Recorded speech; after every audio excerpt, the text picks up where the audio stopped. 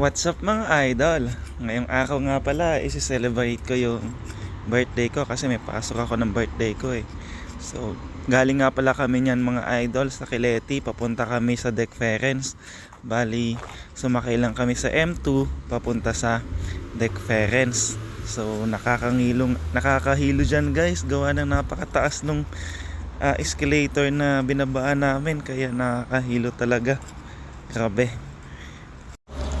Pagbaba nga pala agad namin guys, dumating na rin yung train na sasakyan namin papunta ng Dekferens. Bali yan, pamila na kami. Tapos syempre, papaunahin natin sila. And then, sasakay na tayo mga idol. Papunta tayo sa Dekferens. Actually, hindi namin alam kung saan kayo pupunta doon. So nagkayayaan na lang din. Syempre, kasama ko dyan si Kuya Alvin. Tapos si Jomar, na lagi kong kasama sa mga pagala-gala.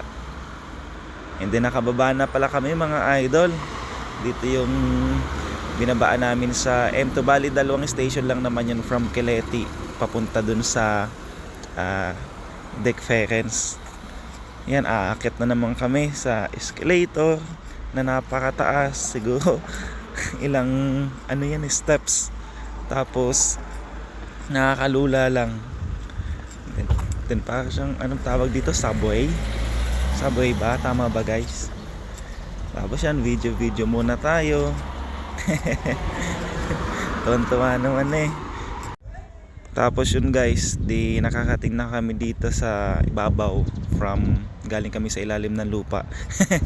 Tapos yan, may nakakita kami mga chimney cake shop. Hindi ko pa talaga yan natitikman guys, yung chimney na yan. Tagal-tagal ko na dito, hindi ko pa natitikman yan. At yun, naglalakad-lakad kami. Papunta pala kami mga idol dun sa bundok. May akatan kaming bundok. Bali, kaninang umaga pala guys, is naglaro kami ng badminton. Tapos yun, ngayong hapon is panibagong gala na naman. May ngiti-ngiti pala dun sa likod ko. Naghahingayan kanina eh, habang nag-video ako. Tapos yun guys, andito na kami sa tulay sa may Budapest. So napakaganda ng mga tanawin dito guys. Yan o, napakaganda mag-ikot-ikot dito, maglakad-lakad. Lalo na ngayon, spring season. Hindi masyado mainit, tapos hindi rin masyado malamig. Pero pag summer guys, sobrang init na dito. Kung mapapansin nyo yun guys, yung taas na yun, yung bundok na yun, yun yung pupuntahan namin, aakitin namin. Kasi ganito lang, gusto ko lang i-celebrate yung birthday ko ng ganito. Yung gusto ko nga lang mapag-isa eh. Kaso syempre kasama ko yung mga kaibigan ko, si Kuya Alvin, tapos si Jomar. Tapos dito guys yung doon, kung mapapansin nyo, yun yung sa may Buddha Castle, tsaka yung Bastion Church. So halos magkakalapit lang din sila. So sa mga nakakilala sa akin, mga kaibigan ko, alam nyo naman siguro kung saan yun. At yun guys, syempre video muna tayo habang naglalakad para meron tayong mga memories. Tapos dito sa may tulay na to, matatanaw mo yung mga dyan, yung mga bangka, yung mga boat na tawag dito, bangka na boat pa. Tapos nasa likod ko si Joma, pagod na yan. Tsaka si Kuya Alvin, no, hindi pa nakakaakit ng bundok, pagod na yan. At eto na nga mga idol, sisimulan namin yung pag-akit sa bundok. Ilang hagdan kayong aakitin namin dyan. So parang na rin to, memories naming tatlo. Nakaakyat kami sa isang napakagandang bundok dito sa Hungary, no? So bali, nasa ilang pa lang kami, steps pa lang kami, pagod na dyan yung dalawa. At dito pa lang guys, matatanaw nyo na yung ganda ng tulay dun sa baba at nung Hungary, no? Hindi ko alam mga sasabihin ko dito sa voice over, basta panoorin nyo na lang mga idol. Tapos yun, no, tanaw nyo na guys yung ganda ng Budapest. At yung dalawa na yun, pagod na. Ang lalaki kasi, no? Tapos yun, tuloy-tuloy lang kami sa pag-aakyat dyan. Syempre ako, pagod na rin. Tapos ang malas pagawa na wala kami dalang tubig. Tapos ang may bit-bit pa akong paper bag, yung regalo sa akin ni Kuya Alvin na t-shirt na dala-dala ko dyan sa bundok. Kasi biglaan lang talaga guys yung pag-akit namin dyan, wala sa plano. Tapos diyon, naisipan namin umakit dyan sa bundok na yan. Tapos para matanaw namin yung ganda ng Budapest. Yan na, sige Alvin, no? pawisan na yan, kaya nagubad na ng jacket. Kasi nagja-jacket alam nang mainit na Tapos diyan, tuloy-tuloy lang kami sa paglakad at may mapapansin nyo, may mga tao nagde-date dito, may mga nagja-jogging, tapos may mga tourist din, hindi lang naman Hungarian, mayroon na umakit dito, may ibang lahi din. Tapos syempre ako tuloy-tuloy pa din sa pag-video kahit pagod na. Tapos si Kuya Alvin di na alam ang gagawin doon sa jacket nyo. Jomar naman, live na live. Pag tingin kasama kayo sa Jomar, hindi pwedeng hindi mag-live yan. Lagi yan naka-live si Jomar. Grabe guys, ang pagod talaga. Pag wala sa plano talaga guys, yung mga gala ninyo natutuloy, di ba? Kaya Alvin, pawisan na yan. Tapos yun, sa wakas medyo malapit na kami, nasa kalagitnaan na kami ng bundok. Dito guys, sa may parting dito guys, makita nyo yung statwa ni Jesus na may hawak na cross. Andyan. So sa mga hindi pa nakakapunta dito mga idol, pwede nyo siya puntahan. Napakaganda, sarap lang magliwaliw dito, sarap tumambay. Then sarap maglakad kung namimiss nyo na yung bundok. Lakad-lakad lang kayo dito kasi para lang din kayo nasa Pinas. Tingnan nyo guys. Ako feeling ko nasa Pinas lang din ako nyan, gawa ng ang ganda lang ng lugar. Puro green, makikita mo. Hindi ko na nga mabilang kung ilang step na ba yan. Sabi namin, bibilangan namin kung ilang step. Kaso, hirap talaga guys magbilang. Lalo na pag napapagod ka na. So nakakailang, na kaya kami, baitang dyan. Dami na naming lakad pero hindi pa rin natatapos. Hindi pa kami nakakating sa tuktok. Pagod na yung mga kasama ko. Tapos yun guys, hindi na nga nakayanan ni Jomar yung pagod. Kaya magpapahinga siya dun sa taas. Uupo daw muna siya. Kasi hindi niya na daw talaga kaya Layo pa naman ng ospital siguro dito pag nahimatay si Jomar. Stop over pala kami dito guys. Nasa 1/4 pa tayo. Nasa 1/4 pa lang. 1/4 pala daw, wala pang 1/4. Wala, ayaw talaga. Ano? Ayaw.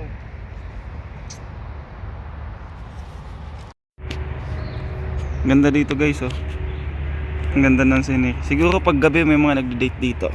Tapos upo dito. Tapos kung papansin nyo guys, mayroon dito ang kakaiba Yan ano yan? Master lang nakakaalam niyan kung ano yan. Mukhang may napalaban dito guys. Mukhang may napalaban dito. Jomar, halika. Halika. Papakita ko sa'yo. May napalaban dito. Yan bagong bukas. May napalaban. Tapos yun guys, bali nasira nga pala yung lagayan ko ng badminton, kaya inaayos ni Kuya Alvin. Kasi hindi maayos-ayos hanggang ngayon sira pa din. Tapos yun guys, ang dami mga turista. Ito pala guys, Citadelia palang tawag dito sa mountain na to. I'm not sure, baka may nakakaalam. Pero nakalagay kasi doon Citadelia Baka Citadelia nga. Tapos yun, pinagpatuloy na pala namin guys yung paglalakad namin. Hanggang sa makakarating din kami sa tuktok niyan mga idol. Basta tuloy-tuloy lang kami sa paglakad kasi tapos na kami pahinga. Kaso guys, yun lang problema, wala kaming dalang tubig. Kaya uhaw na uhaw talaga kami that time. Pero napakaganda naman sa mata. Kasi makikita nyo talaga yung city ng Budapest, yung parliament, matatanaw mo dyan. Tapos yung magagandang lugar, yung tulay. Tapos yung lawa dito sa Budapest. Tapos ang dami din mga turista dito, nagpapalipad ng drone. Sana soon makabili din tayo ng drone para maganda yung mga videos natin para sa pagbablog. Kasi beginner pa lang naman tayo sa pagbablog wala pa tayo masyadong alam, hindi pa tayo marunong mag-edit, hindi pa tayo magaling mag-vlog. Kaya pagpasensyahan nyo na yung mga videos ko kung mga low quality. Tapos yung pagbo-voice over ko hindi ko alam yung sasabihin. Kaya pagpasensyahan nyo na mga idol Basta sana supportahan nyo pa rin ako sa pagbablog. Kasi minsan nakakawalang gana na Tapos dito guys, ito nga pala yung pinakantoktok dito sa Citadelia Mountain. Citadelia Mountain nga ba? Tama ba? Tapos yan, makikita nyo dito sa pinakataas yung buong city ng Budapest. Yan. Diyan yung Dekferens, Parliament, matatanaw nyo dyan. Tapos napakaganda lang, sarap lang dito magliwaliw. Tingnan mo yung magjowa, nagde-date dito. So nakausap namin yan, bali local citizen sila dito. So it's okay naman daw na mag-videos kasi tinanong din namin kung pwede mag-ingay, kung pwede mag-videos, okay lang naman daw sabi nila. So yan, kasama ko sa friends sila Kuya Alvin tsaka si Jomar. After pala guys, kumain kami. Pagkababa namin, nagutom kami, kumain kami dito sa, hindi ko alam, nakalimutan ko kung anong restaurant nun. Tapos yun, naglaro sila ng billiard dito sa may Dekferens na to. Yan. Naglaro lang kami dito ng billiard, tapos uminom ng alak, tapos uminom ng juice. Kasi pagod na pagod kami, tapos oho na oho kami. Tapos Kuya Alvin, no, gusto maglaro nung ano. Ang kakalit no? Basta hindi pa, anong oras na kami dyan? Alas 8 na ata yan ng gabi, tapos andyan pa din kami.